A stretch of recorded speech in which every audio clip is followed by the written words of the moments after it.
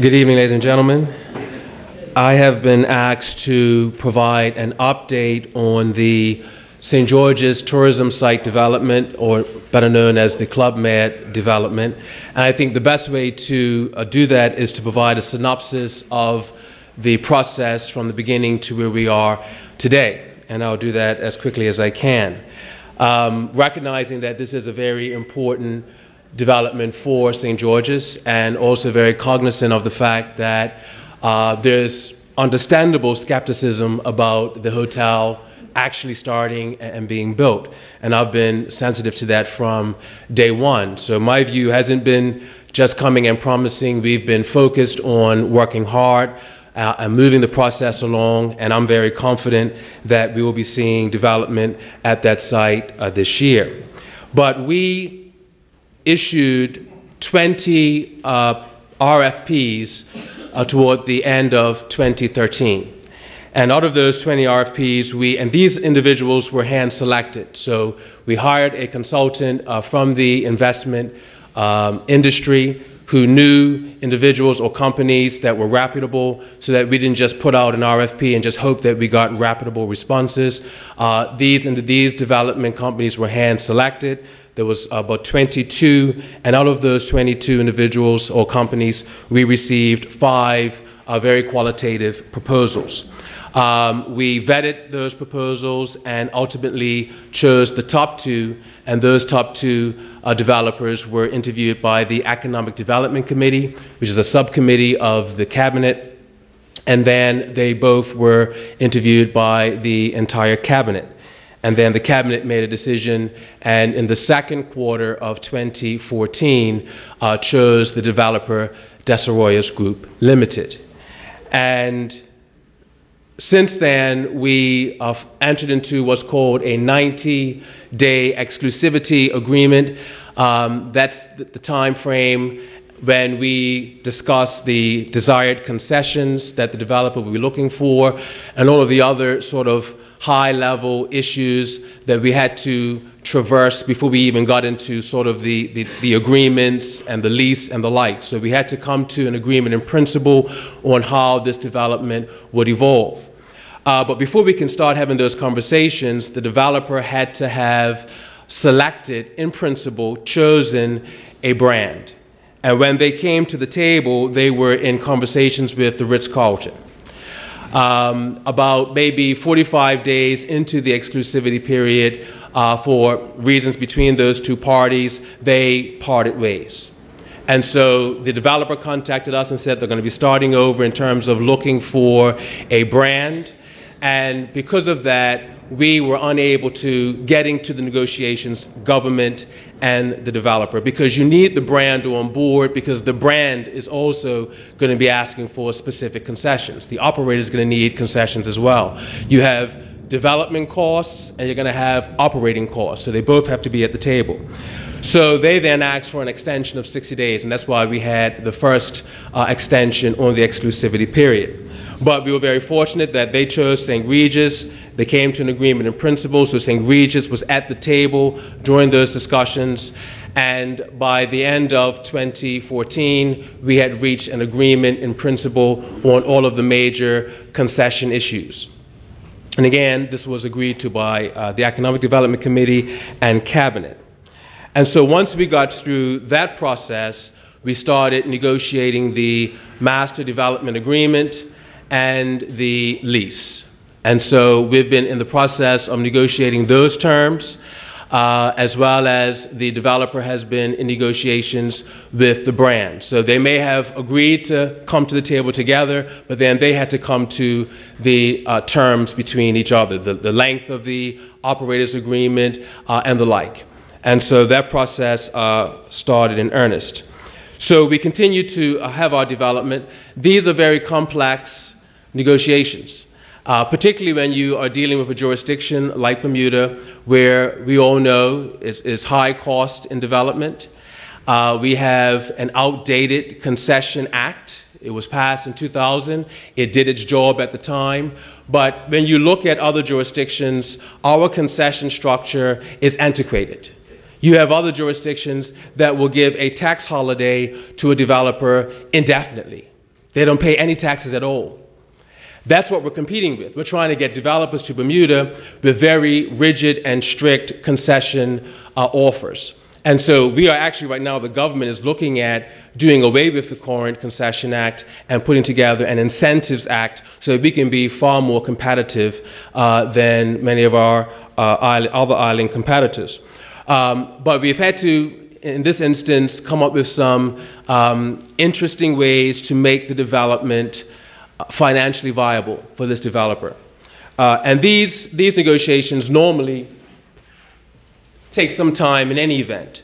But I'm pleased to say that when they were last here, about a month ago, we were able to come to terms on most of the major issues of the Master Development Agreement.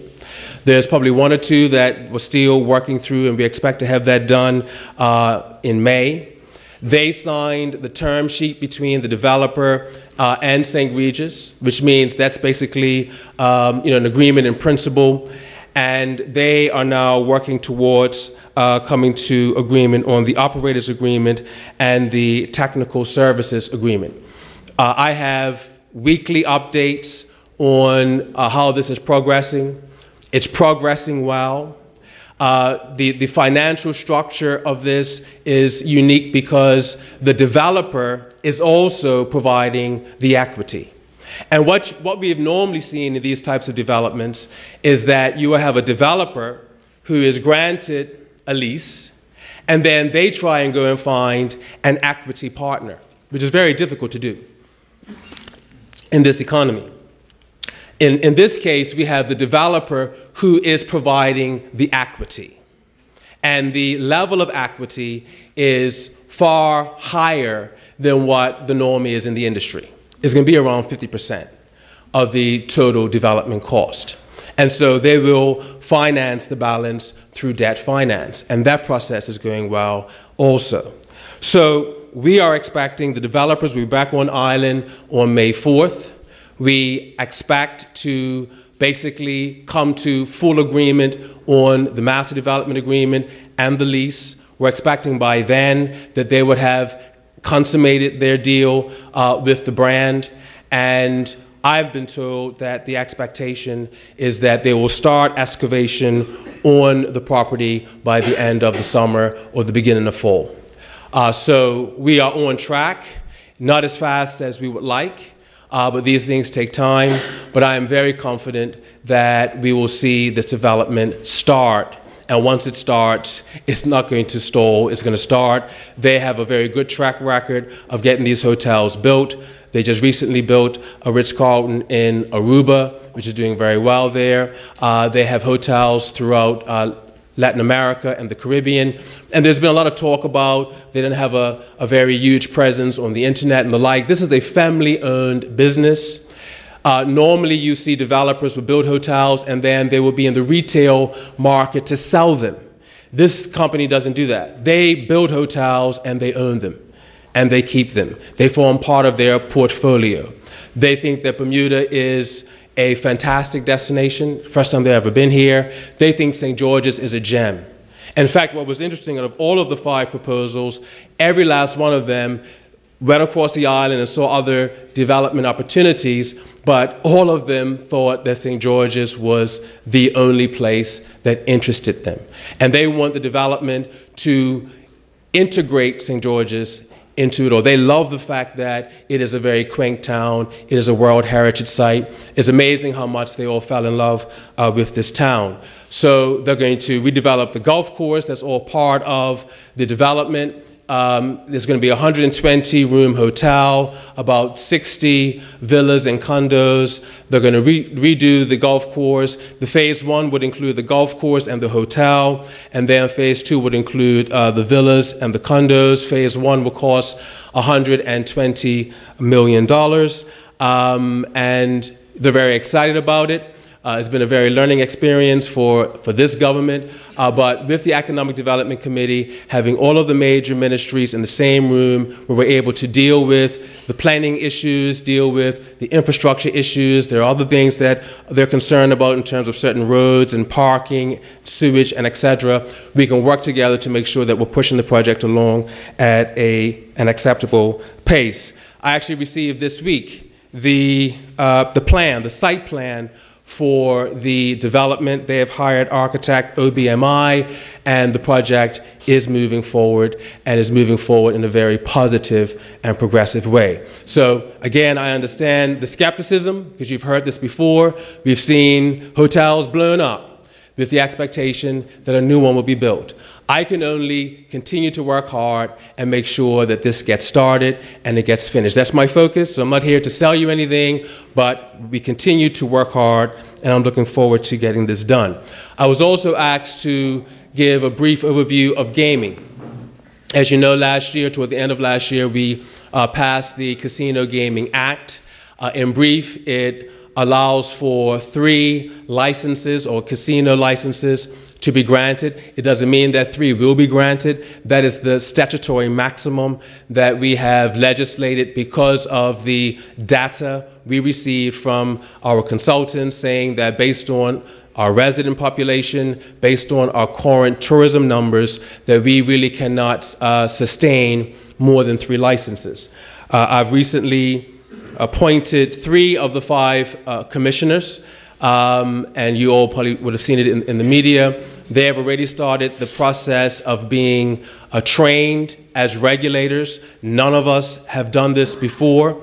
That's why I've committed to at least appointing 1 commissioner that's going to come from overseas who has served as a gaming commissioner in another jurisdiction, so we can have that experience on the commission. But we're going to spend the rest of this calendar year getting the commission trained.